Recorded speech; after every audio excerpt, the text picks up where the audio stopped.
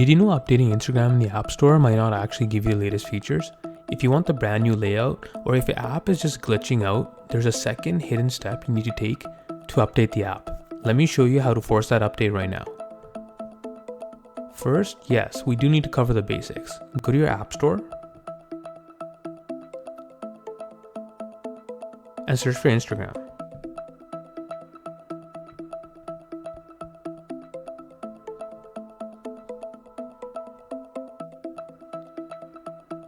If it says update next to the icon, click that immediately to clear out any bugs.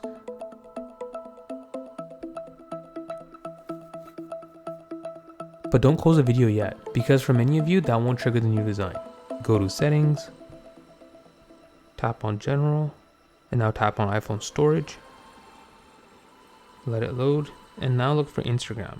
Tap on that, and now tap on offload app.